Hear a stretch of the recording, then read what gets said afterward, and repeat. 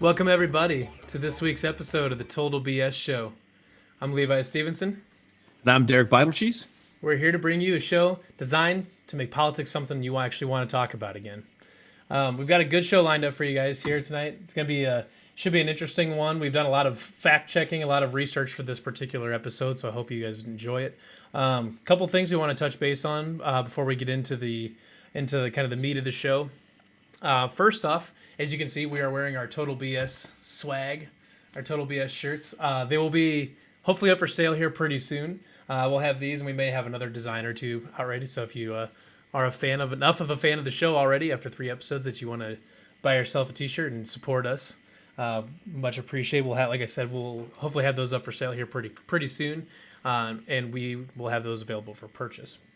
Another thing we want to do too is we want to do actually kind of almost another follow-up to one of our episodes last week, and then kind of another, to both the Sunday and Thursday episodes last week, because we touched on last Sunday we touched on mail-in voting and how it's applying to this upcoming election and some of the issues with it as far as the U.S. Postal Service goes and things like that.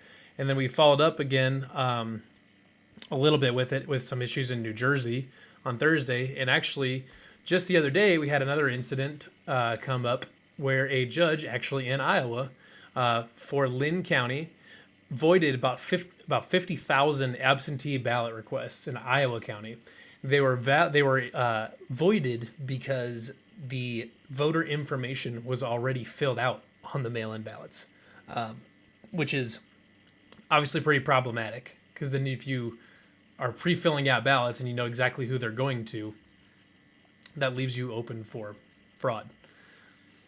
That, and if you have all the information pre-filled out, now it kind of depends on how much of that information is pre-filled out. But if enough or all of that information is pre-filled out, they don't even theoretically have to make it to the end user. They can just theoretically, go out and come right back, and you have, because at minimum they'd have to have a name and an address on there. So you'd have to that would be the first thing you would put on there is a name, at minimum, probably a name and address.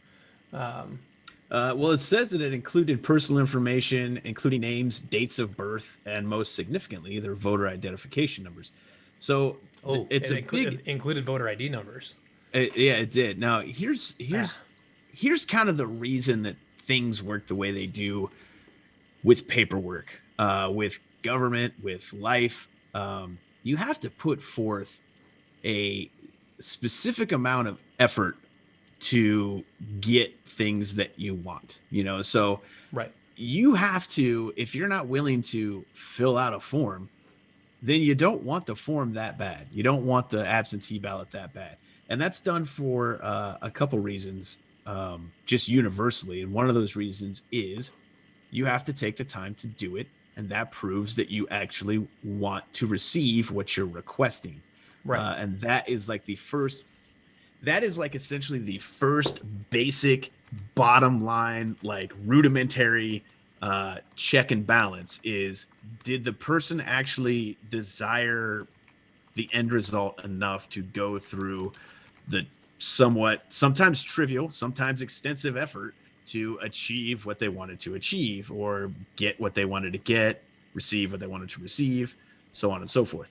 And that's why this is important. You know, you have to fill out this request form yourself. Right. You have to fill everything out yourself, or you could have a software automated to fill all this stuff out, print them out, and leave them in a duffel bag in the wherever, and then all of a sudden they're returned sometime later, and it's all fraudulent. Now, what is kind of striking to me when I'm looking through this, 50,000, right? 50,000. That's a lot.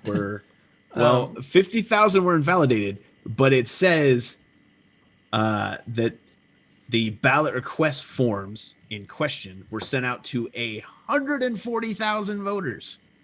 Which is important to note because Lynn County is where Cedar Rapids is.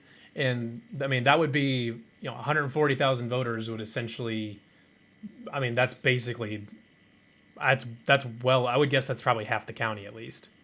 Or if not half the county, not far off. Well, my question is, what's that leave? 90,000 unaccounted for? Yeah, something like that. So what happened to these 90,000? What happened to them? So I got a little bit right here. Lynn County, Iowa, 226,000. Yep. That's what I'm getting real quick. Population 2019, Lynn County, Iowa, 226,000 roughly. So 140,000 is a big portion. It's over half. Yeah. Lynn County. So what happened to and maybe help me on my math here, but 140 minus 50, that still leaves what, 90,000?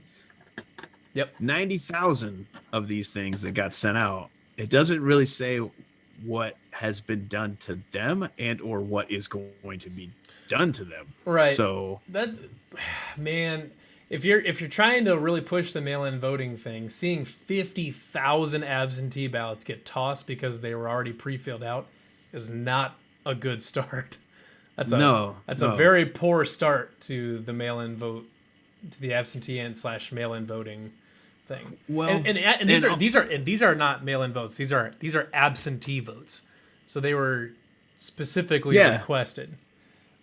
Well, this was the request form, so they haven't been requested yet. This was the request form. That was the request form. Yes. In my mind, what this is telling me is, the one political side is wanting to do massive mail-in ballots, which is not the same as absentee ballots. Correct. The other side is saying, "Ha ha ha! We're going to catch you. We're not doing massive mail-in ballots because that is open for fraud, like just beyond belief." So now the other side is coming back in their little political chess game, and they're trying to shotgun out a bunch of absentee requests. And in this case, they got caught fraudulently sending out a bunch of absentee requests. So now they can turn around and go, those weren't massive mail-in ballots. Those were absentee ballots. Those were requested by all these people, when in fact, they really weren't. But another thing, just looking at this, that is really troubling is they sent out 140,000. Yep. Allegedly. Or that's what they know. They know they sent out 140,000. They know they sent out 140,000. They only struck down 50,000.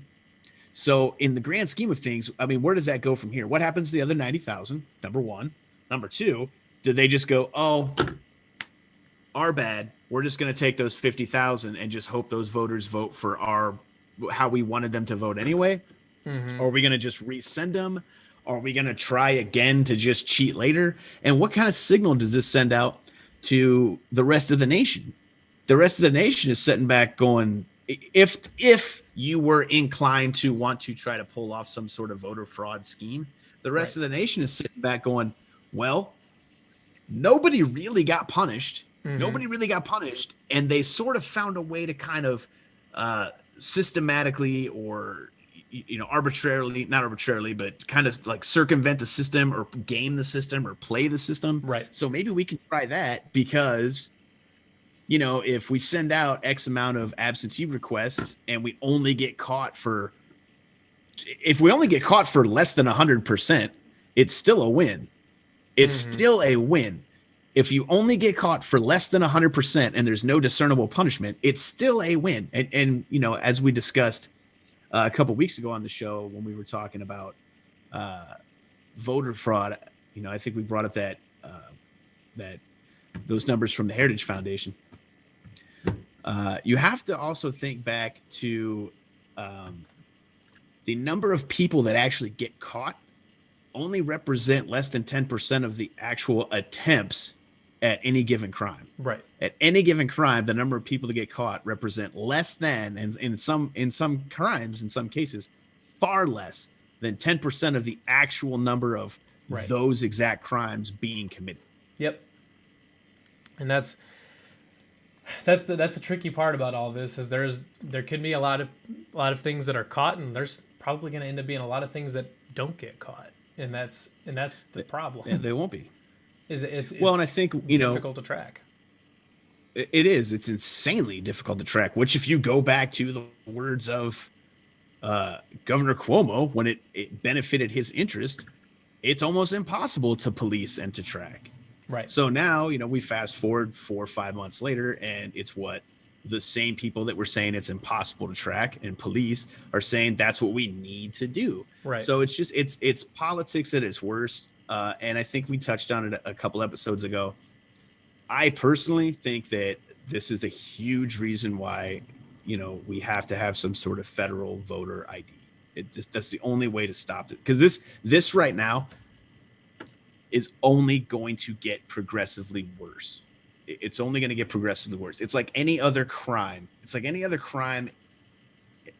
Throughout the history of crime, is once people find a way or feel a way that they can get some sort of advantage or be advantageous, they're going to try and do it, insofar as there's no real deterrent to getting caught. Right. And that's the thing too, is like you said. I mean, once people realize that they can get away with something, they will continue to try to get away with it. That's just absolutely. It's just kind of part of the deal. I mean, that's humans. Yeah, I mean, that's just it. Is you give them an inch, they'll take a mile. I mean, that's where that phrase comes from. Mm-hmm. As soon as someone knows that they can get away with something, they're going to keep doing it and keep doing it and keep doing it and keep stretching it until they can't get away with it anymore. And it's something that someone's gonna have to really keep an eye on it this fall. If we're gonna do this mail-in voting things, I mean, someone's going. I'm just the amount and depth of investigations that are going to have to happen for this to have a hope of working, because after the election, are staggering. Everything is gonna every single vote is gonna have to be recounted. We're gonna be counting these. We're gonna be counting the entire election twice. We are, or more. Yeah, there's and the insane part about all this, and I think this plays to exactly what they wanted to play to, is I don't know what necessarily the time period is post election to kind of make sure everything is official, but we do our election in a day. Mm-hmm. That is.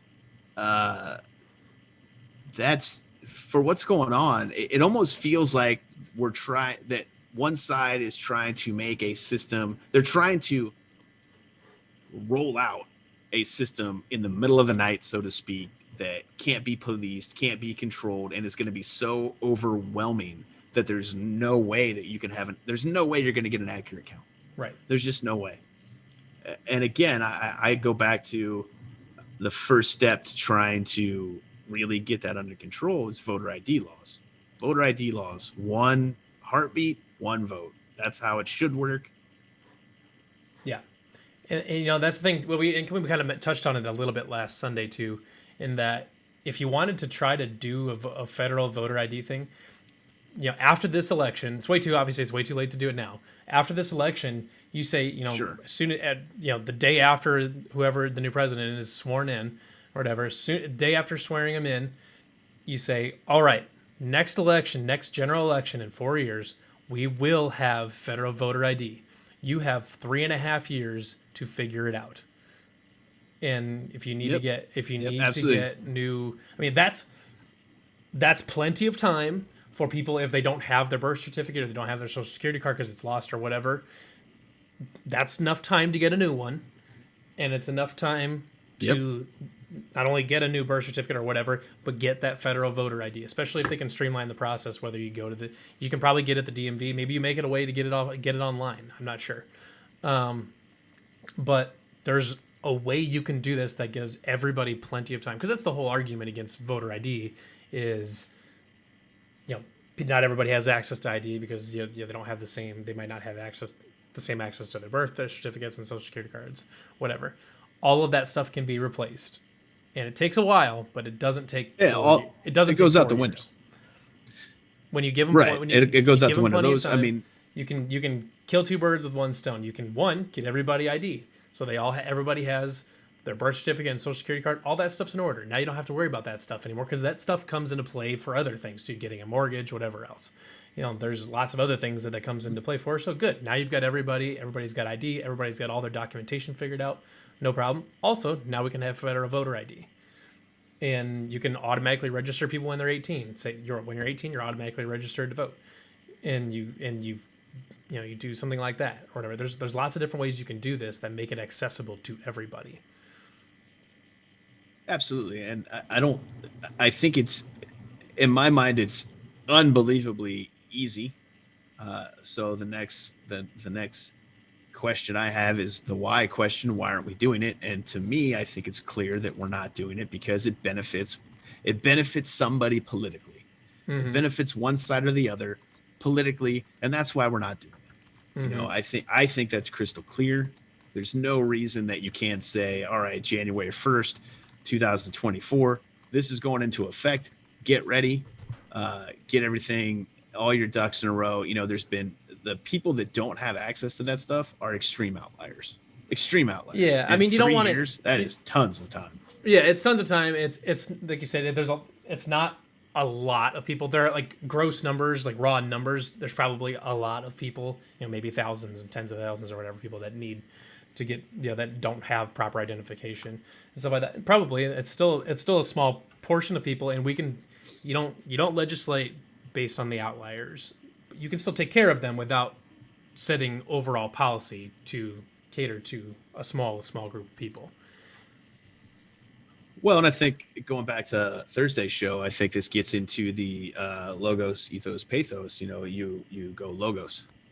Right. You apply that theory of persuasion, that theory of thinking. This is logical. This is reasonable. There's plenty of time. And back to what I just said about the mail-in voting. If in 3 years' time you can't get a few simple documents in order, then you really don't want to vote that bad. Mm-hmm. That's probably true. At some point in time, this becomes a personal issue. Yeah, personal accountability. Yeah. Mm-hmm. And that might be kind of harsh for some people to hear, but at some point it has to come into play with this too. Is that if you really want to vote, you should get your stuff in order, because we need to. It's just part of. You should get an ID. It's not that hard. It's part of the equation. You need a ID of some sort to buy alcohol, right? Yeah. Pretty sure an overwhelming majority of the population buys and consumes alcohol. Mm-hmm. Pretty sure. They figure it out. They figure out a way. Yeah, they get it figured out, And it's just,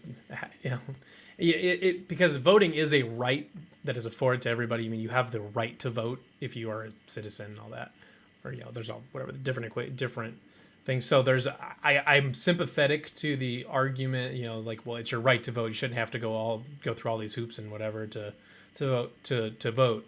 It's like I understand that argument, but voting is very important, and it's important that we get it right, and that it is an accurate reflection of the American people, and that's it's a right to vote, but it's also a right to possess a firearm. So do I not need an ID to go get a firearm?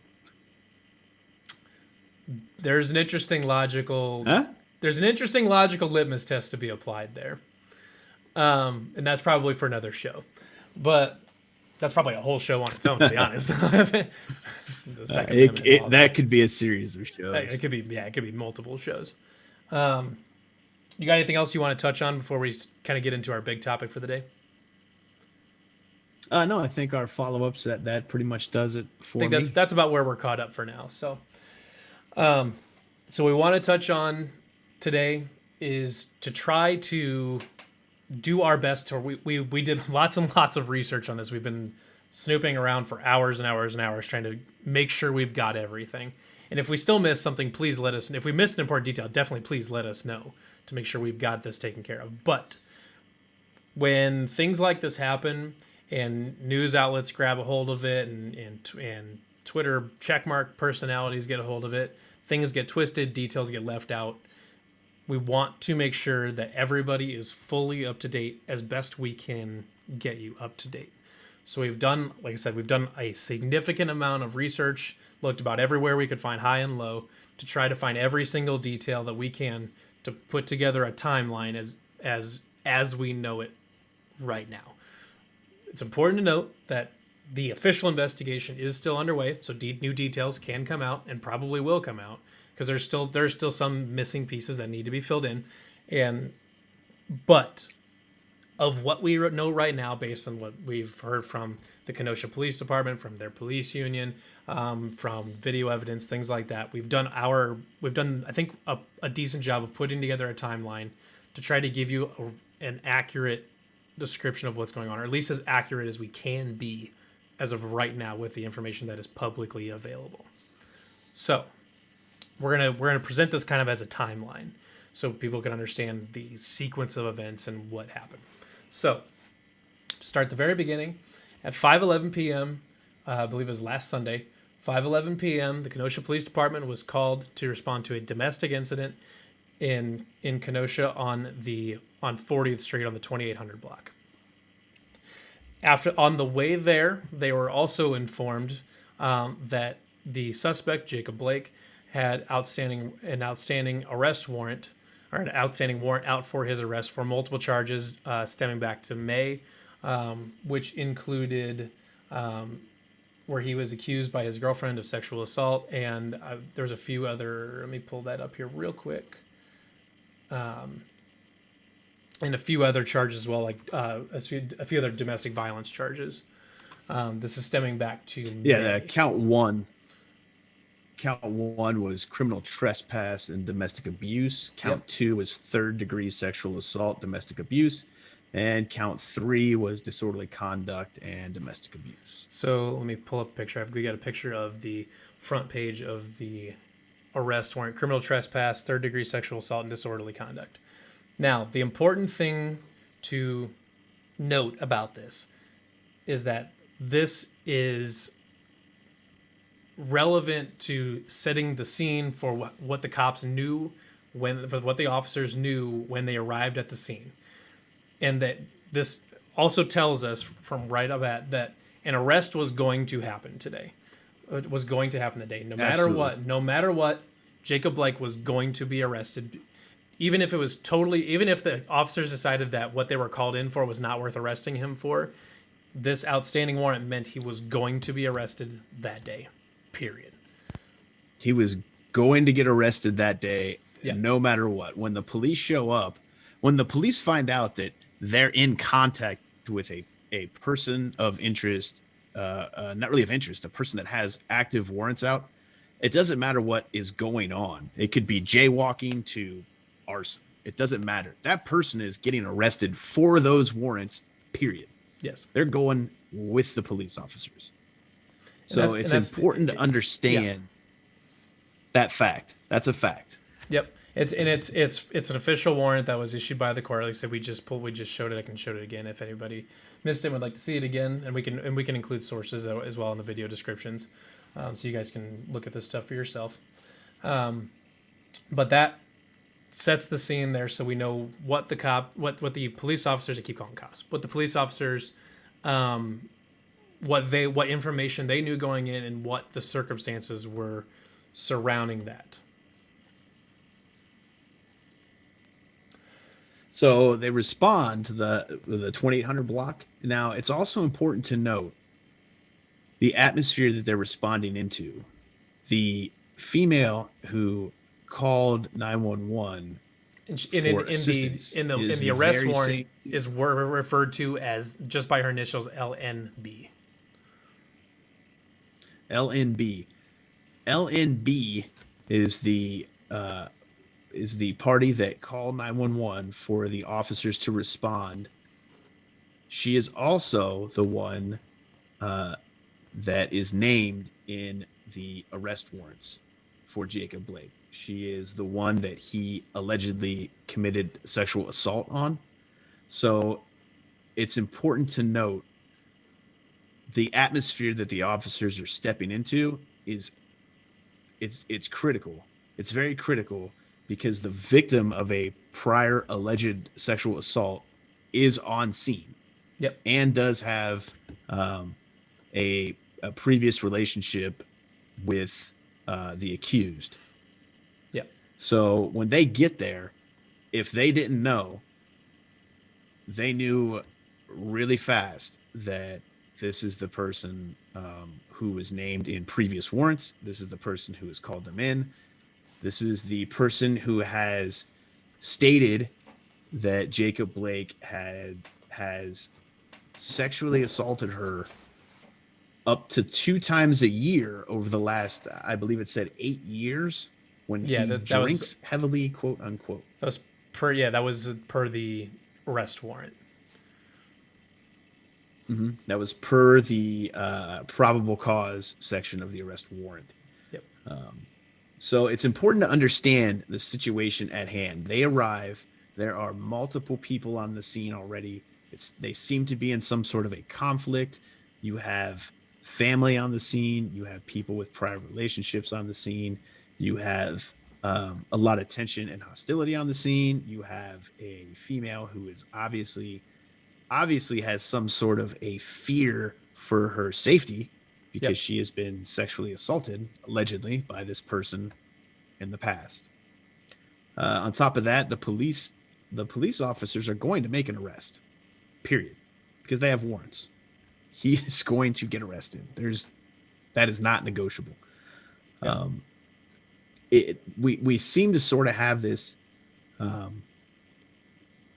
It kind of feels like there's a trend in our society now. Maybe it's not. Maybe it's always been there. Maybe we're just now seeing it a lot more due to social media. But it kind of feels like people who are about to be detained or arrested all of a sudden feel that they have some sort of a privilege or a right to avoid being arrested simply because they feel like it.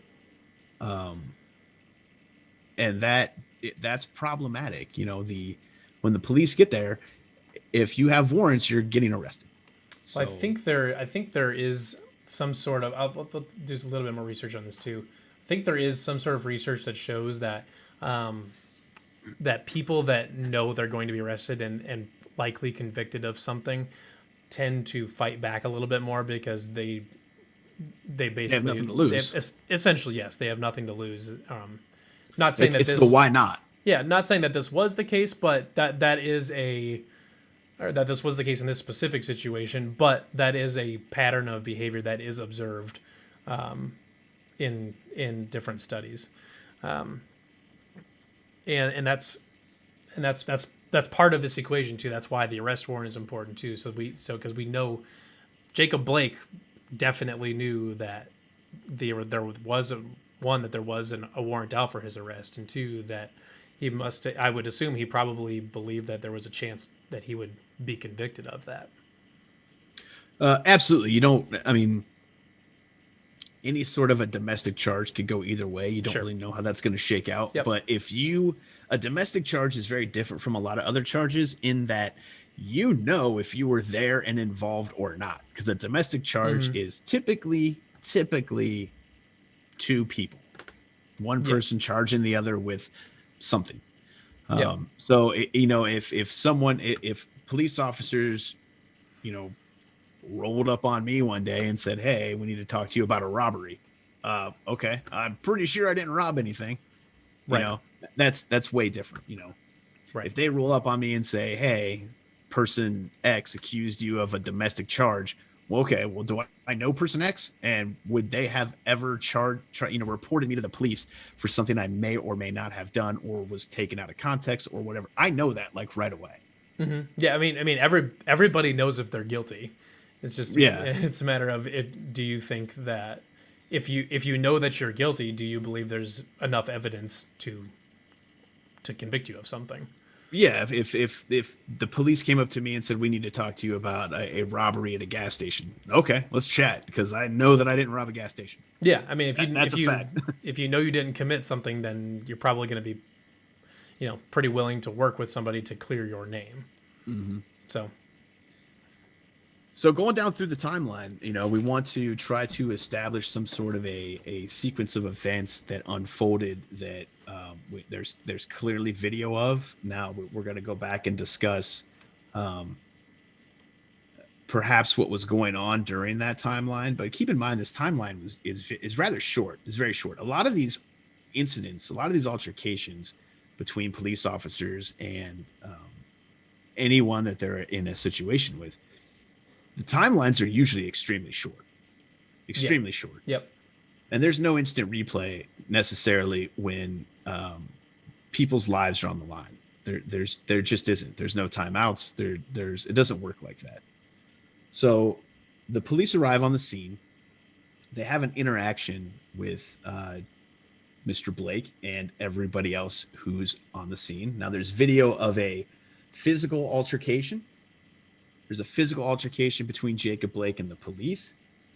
He breaks free of the officers, and you can clearly see the officers following behind him. One officer has his taser drawn. You can clearly see that on the video. Yep. At some point, as reported by the DOJ, the Department of Justice, at some point, allegedly Blake had informed the officers that he had a knife in his possession. Now I want to stop there just for a minute. Yeah. In possession can mean a few different things. In his possession can mean many different things. That doesn't necessarily mean that he has it in his hand, and it doesn't necessarily mean that he has it on his person. In his possession could be in his waistband, in his hand, in his sock, in his vehicle. I know that I had read a couple people saying that he had a knife on his person and a knife in his vehicle, and that seemed weird to me. That seemed really weird to me. I feel like if he had a visible knife on his person, that detail would have come out. Well, and if he had a knife on his person, if he had a knife in his hand, that whole video would have looked entirely different. I would probably agree with that. They're not going to let him wander around, especially with Kids in the innocent car. people, kids in the car, innocent people that close. The accuser and the named person on the warrant being so close, because you don't know what he's going to do. Right. He might be in rage. He might lash out. So if he had a knife in his hand, that situation would have been different. So I absolutely don't believe that. And there's no evidence of that. There's no evidence he had a knife in his hand that I saw. Yeah, so I have not been able to. I have not seen any evidence that that there was anything in his hand at all during their confrontation. There was also something about he had a prior conviction or a gun charge, and we've not seen any evidence of that. That's actually, I believe, been debunked. Now the conviction of a gun charge has been debunked. That's easy to look up. Yes, that's definitely he has not been has no gun convictions or anything like that. But he did, according to the Department of Justice, he did inform the police officers that he had a knife in his possession. So it's and this is where it gets really you kind of have to set yourself in the scene a little bit. If he's if he's telling you that he has a knife in his possession, and whether the officers at this point know or feel that he's violent or not. I mean, he just got done going through a violent altercation with them. So they know he's at least somewhat violent. Mm-hmm. They might not know that he has a history, the details of the warrants. They might not know that at this time. But if he says that he has a knife in his possession and the officers cannot visually locate that knife, that makes the situation way more tense. Mm-hmm. And very problematic. It's a red flag right there if he says he has a knife and you don't know where it's at. Well, it makes the situation, if I'm in a situation with an aggressor and I know that they have a weapon, I want my eyes on that weapon, even if they have it in their hand, because then I know where it's at. Mm-hmm. I know where for it. Yep. Yeah, I know where the danger, it's like the old comedy bit of, do you know how to shoot a gun? Yeah. Do you know how to use a sword? Yeah. The pointy end goes that way. Mm-hmm. You know where the dangerous part is. I know where the danger is. I can see the danger. I can react to the danger. I can defend myself against the danger being the knife. Right. If I can't see that knife, it makes the situation much, much, much more complicated. Yep. So that being said, he informs the officers that he has a knife in his possession. After the physical altercation with the police, he proceeds around the passenger side of his vehicle, around the front of the vehicle. From the video, I couldn't see where exactly they tased him. Yeah. I would imagine that's where they tried to tase him, in the front of the vehicle. Mm-hmm. They tried to tase him. It had no effect. And at this point, you also have to assume at least that he's been notified that he's under arrest. You don't typically get into physical altercations with the police for no reason necessarily. So he comes around the front of the vehicle. The officer has his taser on him. The officer tases him and it has no effect, or no seeming effect. He continues to the driver's side door. He makes his way to the driver's side door and he opens the door. Now from here's where, according to the video, when I'm looking at the video, he opens the door and he is reaching into the car. He's reaching into, I believe it was an SUV. He's reaching into the SUV. He's not leading with his leg like he's going to sit down in the SUV. He's leading with his hand. Mm-hmm. And only the officer at this point, the officer that is directly behind him, and really currently tugging has at his shirt. And currently, the officer that's directly behind him in the video has the best optical advantage on what's really going on. And he immediately starts to pull at his shirt to pull him back out of the car. The other officer is being blocked now between Mr. Blake and any type of opportunity to try to physically restrain him by the door, so he can't reach in and grab the guy. So the officer that has the direct optics, or the best optics on what's going on, is now pulling on his shirt pretty aggressively, trying to get him back out of that car. Blake reaches into the vehicle with what appears to be his right hand from the video I saw, and he is then shot. Now, it is also of note that, according to the Department of Justice report, a knife was obtained from the floorboard of the driver's side of the SUV, and that appears to be where Blake was reaching. So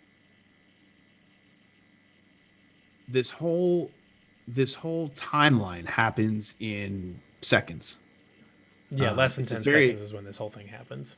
It's outside of the original scuffle. The original scuffle, I think, might have added some time to that. But once he broke free from the original scuffle, it was less than 10 seconds to where he broke free from the physical altercation, made his way around the front of the car, was tased to no avail, to no effect, opened his car door and reaches into the car, and then he was shot.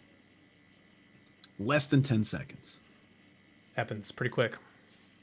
And I've seen video after video of two officers trying to restrain someone, and that person gets free, has a weapon. Most of the time it's a gun, and they turn around and they're able to open fire on the officers. I just saw one a week ago, not even a week ago, 3-4 days ago, and I've seen it before. Two state highway patrols stop a guy, get into an altercation. He makes it back to his car, pulls out his gun, and shoots both the officers. So this whole thing happens in seconds, and there's a lot at stake in all of the decisions that are made. In all of the decisions that are made in less than 10 seconds could potentially have extremely drastic outcomes on anyone's life involved. Mm-hmm. It is absolutely unfortunate and tragic, the ending of these 10 seconds. Yep. Absolutely. But we have to be truthful to the situation and the facts that occurred during those 10 seconds. Yeah.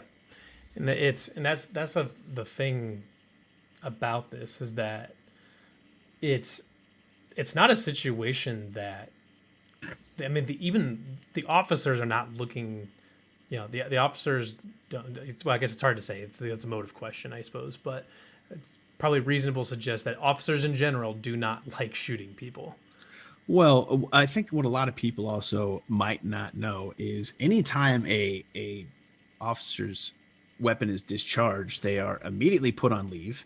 Right. There is an immediate investigation. Right. And, like I just touched on, any decision that happens in seconds can alter your life forever.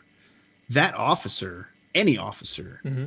because of the audio, because of the video, because of the protocols that go on today, they're anywhere between doing what they are within the confines of the law to do, to losing their job, mm-hmm. to going to prison for the rest of their life. Yeah. And every single time they discharge their firearm, that is what they face. They have to go through that whole process every single time. Because whether it could be just, it's literally any time their gun goes off, they're immediately put on leave. Period. Mm-hmm. Doesn't matter what Absolutely. Was for. Doesn't matter. Could have been a rabid deer in the middle of the road attacking them, and they have to shoot in the face to not get hit by this deer. If it goes off, they go on leave. Period. There will be an investigation. Absolutely. Yep. Doesn't matter what it is, and that's the part about all of this, is that too, is like we said at the beginning too, there's the official investigation is still underway for all of this, and that more details can and probably will come out, because I think there's still some missing pieces there as far as the knife situation. I think we could probably use some more clarity with that, as far as, was there only a knife in the floorboard? Did he have one on him? I think there's some clarity needed there, and there's clarity needed in a lot of different places on exactly what happened, because most of what we have right now is just what the police department has said and the random videotapes from people across the street and next door neighbors and stuff like that. That's all we've got so far, and it's there's a lot of missing details yet that need to be filled in yet. Now, it's also important to note that due to the prior incident, I believe it was on May 3rd, there was a restraining order filed against Blake from his former girlfriend.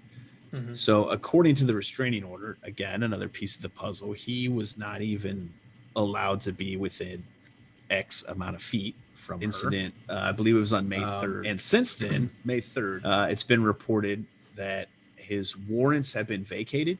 Now, I want to touch on this a little bit. His warrants have been vacated. He posted bond, and all that means is the active warrants have gone away. Right.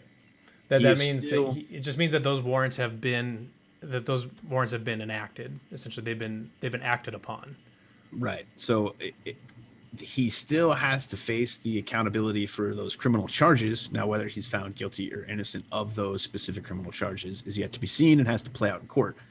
The warrants had been vacated, and all that means is he is no longer handcuffed to a hospital bed, and he's not going to be arrested upon first sight by the police. He's posted bond, and he is free to walk around. He still has to go to court for those charges. Yep. And I think that's most of what we could find as far as publicly available information on this. Like I said, if we missed something major, if we missed a big part of this, please let us know. We want to provide as true of information as we can, to provide the best possible explanation of all this. It's complicated. There's some details still missing, and when you have something like this and large media outlets and just in like I said, Twitter check marks that we work for, more biased sites, when they start getting a hold of it and start mangling headlines and mangling information to fit a particular slant, it's easy to lose information and lose detail, and not really be able to understand what's going on. So I hope we've provided at least as good idea as we can for what the situation looks like and what the public information is as of right now. Now, there's something else I want to touch on just a little bit. Yep. Just a little bit. And this is kind of this is an issue for me. I'm sure it's an issue for you, and I'm sure it's an issue for a lot of you listening. We could go into the details of the warrant, but I really don't want to. I don't want to go into all the details. It's online. You can look it up. Mm-hmm. Count 2, the sexual assault. I struggle to understand where the Me Too movement is on all this. I really do. I struggle to understand why there's no outcry of that. I just really, there's situations like this. If you're going to create a movement is a movement. Act on the movement. It can't be a Me Too movement is something that should not have a caveat to it. It shouldn't have well, this is Me Too, that's not Me Too. I think the main point to be made about the sexual assault charge from the original warrant, as well as this domestic case that's brought up, is that it's more of an unfortunate point in that kind of seems to be getting lost a little bit.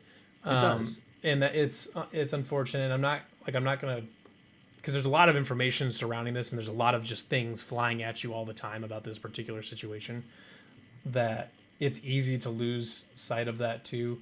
I would hope whatever happens that she gets her justice. If he did commit those crimes, and I hope that she sees her justice as well. Independent of whatever happens out of the investigation regarding the incident with the police officers. And that's, I hopefully that does not get lost by the wayside in all of the kind of the chaos a little bit surrounding this particular situation. Absolutely. And that's I guess that's more to the point I was trying to make, is there is, before this incident was brought to the surface of everything that's going on in our country right now, there was absolutely a victim of sexual assault, and it appears, allegedly, that she has been the victim of sexual assault by the same person for almost a decade. And that is, I don't want to see that being just kind of cast to the side or downplayed, or oh well, whatever, we have this more, the media has gotten a hold of something that may or may not garner more ratings than that. I want to see justice for her as well. If that's what was going on, and if her statements are correct, which I have no reason to believe that they're not. But again, it has to play out in court. All of this stuff has to play out in court. And that's That's the kind one of the thing. interesting part about this is they're related, but they're actually two totally different Mhm. situations. And what the existing warrant and the and then the domestic incident that occurred last Sunday, that is its own situation, and then you have the situation regarding Jacob Blake's interaction with the police, and that's a whole separate situation too that they're going to be playing out either simultaneously or back to back or something. This whole situation will probably not be. It won't be completely It won't be completely or not legislated, but it won't be completely decided, or like actual verdicts will not be handed down for both of these for probably quite some time. Probably quite some Years, time. years. I'm sure they'll get pushed back in the court system. Well, especially now. Now I'm sure his legal team is pretty stout for the events that just unfolded, Sure. which could also and if this has been going on, honestly, if this has been going on for 8 years, who knows if anything will ever be done about it? Yeah. To be able to prosecute someone, first of all, the situation that LNB is going through is a very, very, very difficult situation. It's according to her, a very personal, very embarrassing situation. Unfortunately, I think that plays a heavy part into why a lot of these sexual assaults do not get reported or do not get kind of pushed through the system. But you also have to have a legal team. You have to have legal representation to get this stuff through. Mm-hmm. It's going to be a long legal process, and we probably won't see the end of this. We won't see a conclusion to any of this for, I would guess, years.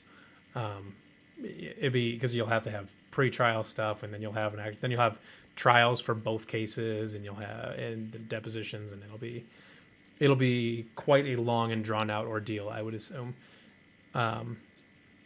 Especially, I mean, part of it too is that Jacob Blake is alive, so he will be in court as well. So there's testimony on his part in all of this as well, where it's not just internal investigations and then we figure something out.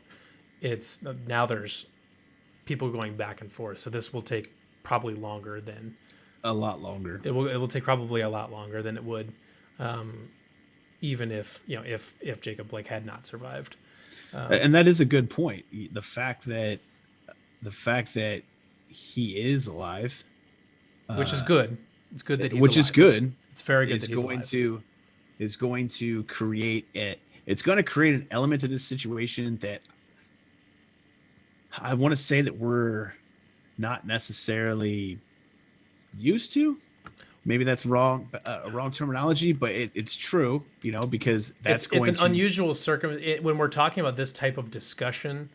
It's an unusual circumstance that the person that was shot is still alive and there to tell their side of the story again, because they have testimony, right? There's an opposing testimony now.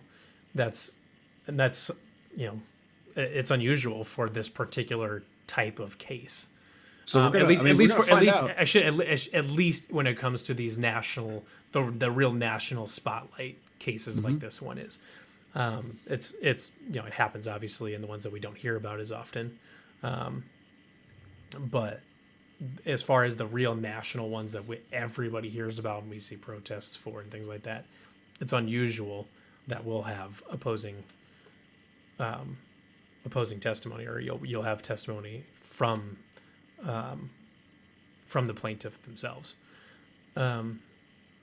So I think that's, like I said, I think that's about what we've got as far as details go.